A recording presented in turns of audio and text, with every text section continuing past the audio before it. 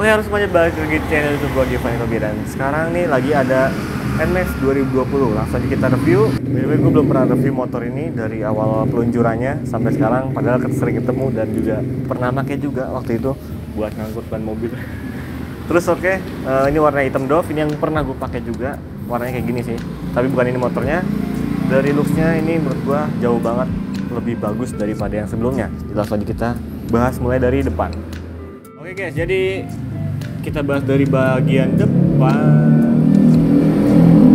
Oke, jadi kita bahas dari bagian depan. Sini kita lihat kalau dari tampilan sebenarnya masih NMAX banget ya, dengan Maxi body besar kayak helikopter yang membulat-bulat. Cuman kalau kita lihat nih ban masih mirip-mirip juga ring 13 ini. Beda sama Matic-Matic biasanya ring 14 kayak Aerox tuh ring 14, ini ring 13 lebih kecil. Jadi putarannya tuh lebih cepet. Terus juga ini ukuran ban depan 110/70 ring 13 dan ya ini bukan yang ABS, yang non ABS.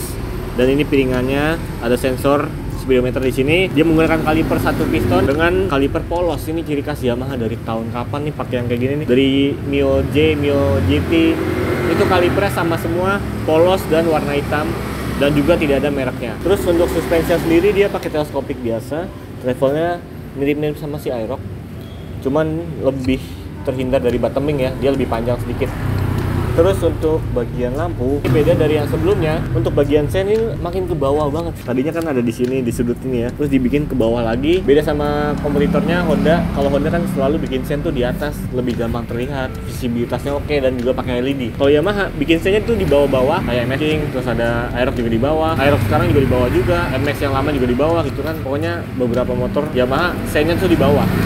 Jadi kalau blind spot itu kadang tutupan. Dan sekarang lampunya ini berubah desainnya lebih oke dan ada garis sini. Dan ini juga ada di RL-nya. Jadi nanti kita nyalain. Untuk headlampnya ini udah full LED. Jadi terangnya juga makin modern. Serta ini bagian bodinya lebih besar sekali. Nanti kita lihat di balik sini ada laci yang seberapa gede. Ya, untuk bagian atas ini visornya fix ya, nggak bisa di custom kayak ADV. Jadi fix aja kayak peceng, nggak bisa diangkat naik turunin. Dia lumayan besar, warna hitam glossy. Oke, sambil nunggu kuncinya datang kita mulai dari bagian mesin. Ini mesinnya kapasitasnya 155 cc, masih sama dengan yang lama.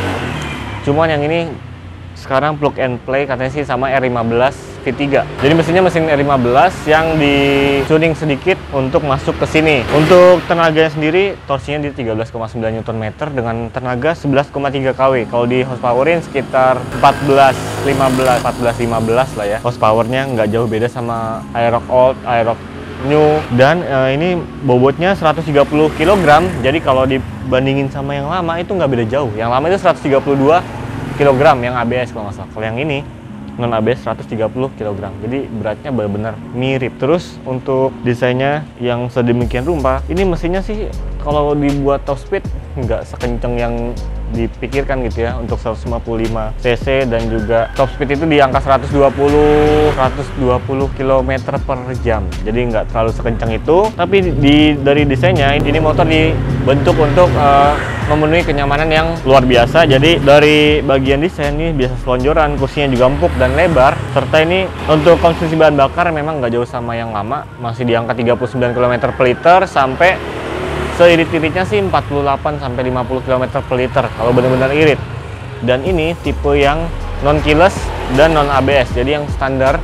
Cuman dia udah dilengkapi dengan start stop sistemnya. Jadi kalau untuk bahas fitur, ini motor belum yang Y Connect, jadi belum bisa koneksi ke smartphone kita. Cuman emang desainnya udah sama kayak yang Y Connect. Jadi 2020 itu belum, 2021 ke atas sudah Y Connect. Belum datang kuncinya, jadi gue pengen lihat di fitur-fitur yang ada di speedometer dan juga akomodasinya. Untuk tangkinya sendiri dia kapasitasnya 7,1 liter. Itu kayaknya sama yang sebelumnya ya itu ya. Jadi gue kira bakalan jadi bodi sebesar ini bakalan nampung 10 liter, 8 liter minimal ya. Tapi ternyata kecil ya, 7 liter. Sama kayak Aerox yang baru juga gue pikir bakalan jadi 7 liter. Ternyata cuma naik jadi 1 liter jadi 5 literan doang.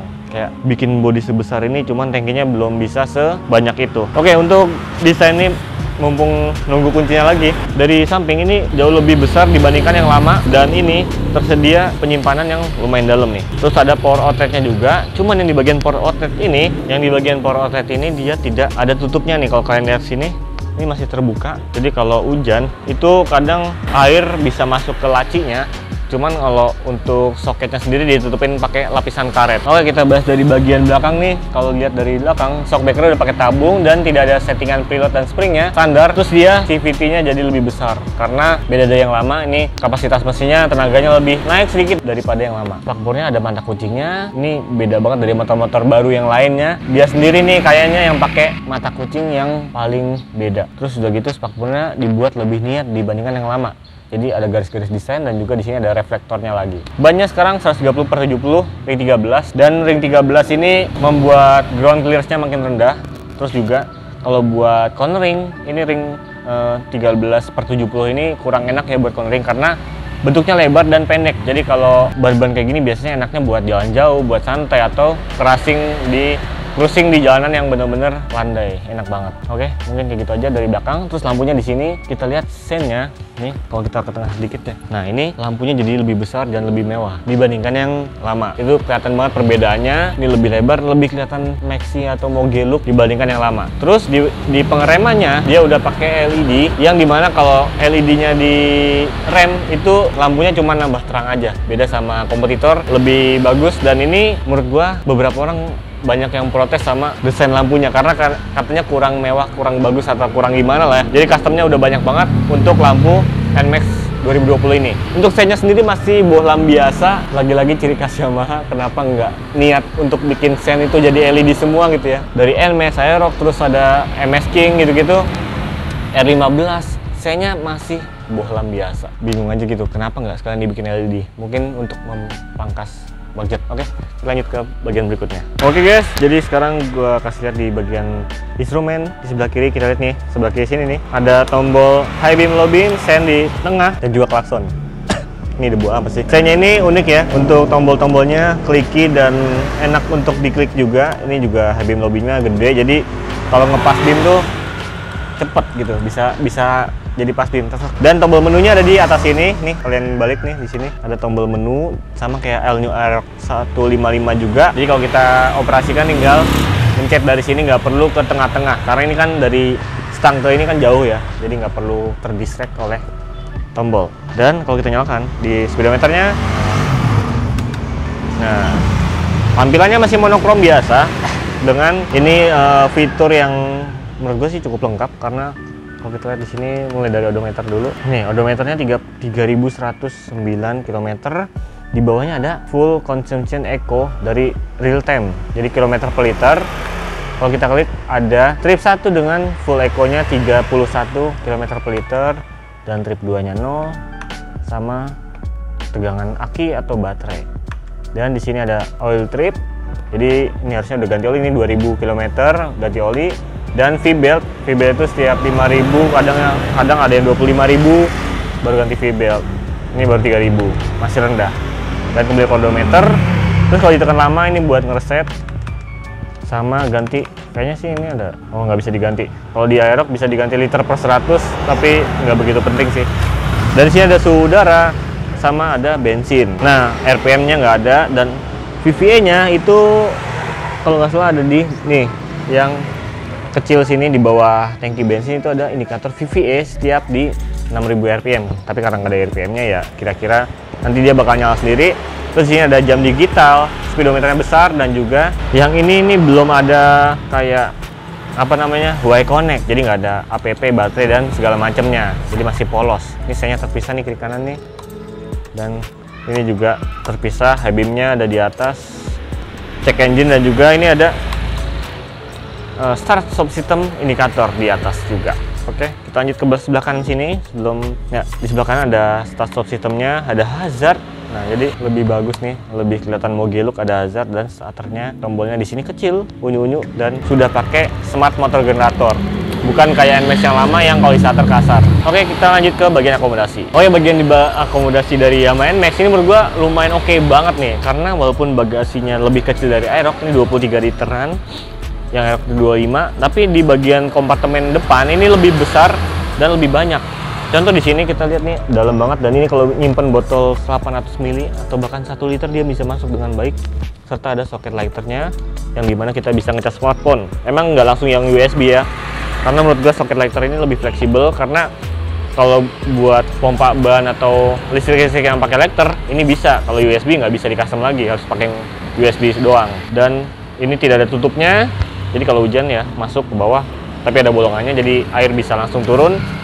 Dan sebelah kanan ada tutupnya, dan yang ini kapasitasnya tidak sebesar yang kiri, tapi ini bisa buat nyimpen smartphone. Dan kalau kalian lihat di sini, kalau gua ada buat kabel ya, karena kan kalau ngecas smartphone ini kabel dari sini, dia masuk sini, nanti dia kabelnya di sini, jadi nggak bakal kejepit nih kabel.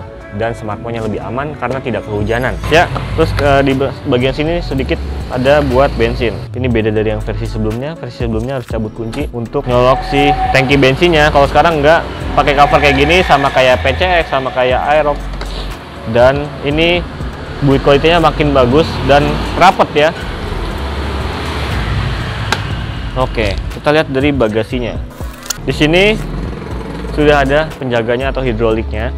Cuman memang kelebihannya sih emang dia nggak jatuh-jatuh ya. Tapi kekurangannya dia nggak bisa buka sampai atas. Jadi itu agak kahang gitu kan. Kalau buka sampai atas tuh enak ya, rasanya lebih leluasa. Tapi ini juga tetap enak-enak aja sih sebenarnya, karena ini bentuk dari covernya ke depan. Jadi kalau kita angkat tuh mentok. Bagasinya 23 liter, masih ada buku garansi dan servis. Serta di bagian ini helm bisa muat dengan baik, serta masih bisa menyimpan jas hujan 2 set gitu, masih cukup. Dan memang cekungannya ke dalam banget, beda sama kompetitornya PCX yang kapasitasnya 30 liter sampai belakang. NMAX ini walaupun bodinya sebesar itu, tapi bagasinya tidak sebesar kompetitornya, tapi udah cukup oke. Oke, mungkin segitu aja review Yamaha NMAX 2020. Dan ini by the way dijual di showroom Firman Motor.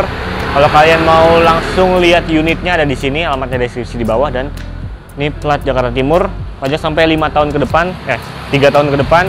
Dan juga ini STNK sampai bulan 11, jadi masih lama. Harganya 28.500, ya di sekitaran 28.500.000. Jadi kondisinya masih bagus banget.